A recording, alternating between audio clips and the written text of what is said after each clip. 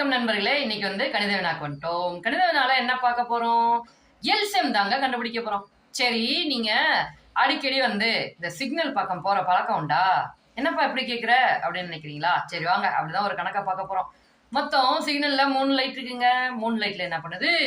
ஒரு லைட்டு 24 வினாடிகள், இன்னொரு லைட்டு 36 வினாடிகள், இன்னொரு லைட்டு 108 வினாடிகள்.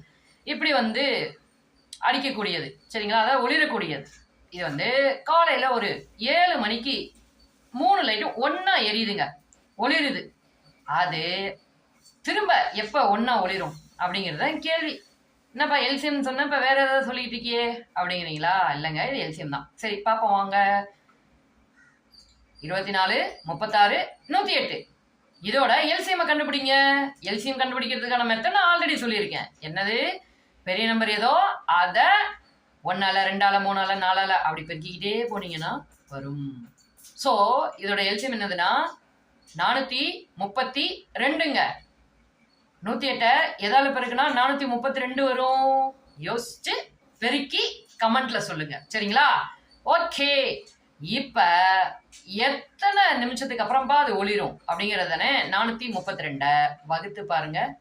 என்ன வருது? 7 நிமிஷம் 12 வினாடி வரும். சரி, 7 மணிக்கு தானே ஒன்னா எரிஞ்சிருக்கு. அப்ப இந்த 7 நிமிஷம் 12 வினாடியும் அது கூட சேர்த்துங்க.